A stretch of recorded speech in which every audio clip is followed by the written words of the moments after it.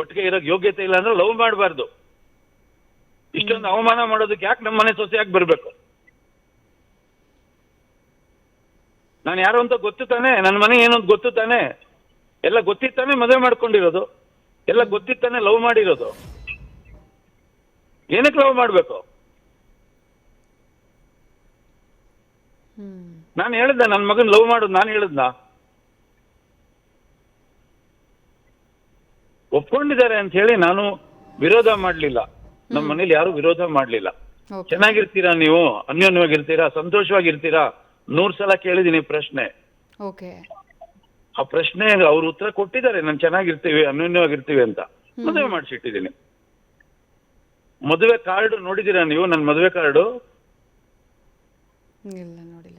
ನೋಡಿದ್ಯಮ್ಮ ನೀವು? ನೋಡಿದೀರಾ? ನೋಡಿಲ್ಲ ಸರ್. ಮದುವೆ ಫೋಟೋಸ್ ಎಲ್ಲ ಸಿಕ್ಕಿದೆ, ಅದ್ದೂರಿಯಾಗಿ ಮದುವೆ ಆಗಿದೆ, ಅದು ಗೊತ್ತಾಗ್ತಾ ಇದೆ. ಮದುವೆ ಕಾರ್ಡ್ ಕಳಿಸ್ಕೊಡ್ತೀನಿ ಇವಾಗ ನಾ ವಾಟ್ಸಪ್ ಅಲ್ಲಿ. ಮದುವೆ ಕಾರ್ಡ್ ಅಲ್ಲಿ ದಾಂಪತ್ಯ ಅಂದ್ರೆ ಏನು, ಸಪ್ತಪದಿ ಅಂದ್ರೆ ಏನು, ಮಾಂಗಲ್ಯ ಅಂದ್ರೆ ಏನು, ಸಂಸಾರ ಅಂದ್ರೆ ಏನು, ಅತ್ತೆ ಮಾವ ಅಂದ್ರೆ ಏನು, ಪ್ರತಿಯೊಂದಕ್ಕೂ ಒಂದೊಂದು ಪುಟ ನಾನು ಬರ್ದಿದ್ದೀನಿ ಅರ್ಥಪೂರ್ಣವಾಗಿ. ಆ ಇನ್ವಿಟೇಷನ್ ಕೊಟ್ಟಿದ್ದೀನಿ ತಾಳಿ ಕಟ್ಟಕ್ ಮೊದ್ಲು.